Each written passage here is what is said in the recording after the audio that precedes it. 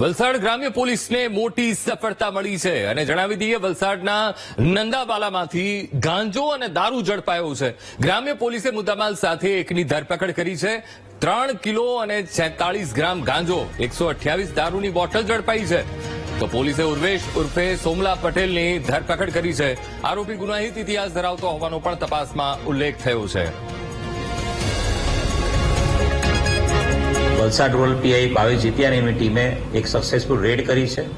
ઉર્વેશ ઉર્ફે સોમલો અનિલભાઈ પટેલ, જે નંદાવાલા ગામનો છે, એના ઘરેથી એની પાસેથી 3 કિલો અને 746 ગ્રામ ગાંજો, 3.746 કિલોગ્રામ ગાંજો, જેની કિંમત 37,000 રૂપિયા છે।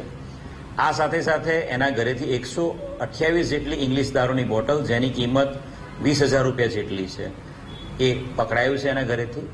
સમગ્ર કાયદેસરની પ્રક્રિયા હાથ ધરીને ઉર્વેશ ઉર્ફે સોમલો વિરુદ્ધમાં એનડીપીએસ અને પ્રોહિબિશનની અલગ અલગ કલમો હેઠળ ગુનો દાખલ કરવામાં આવ્યો છે। આ જે ગાંજો છે એ અત્યારે હાલના તબક્કે જે પ્રાથમિક પૂછપરછમાં સુરતમાંથી કોઈ વ્યક્તિ પાસેથી લાવ્યો હોવાની માહિતી મળેલી છે।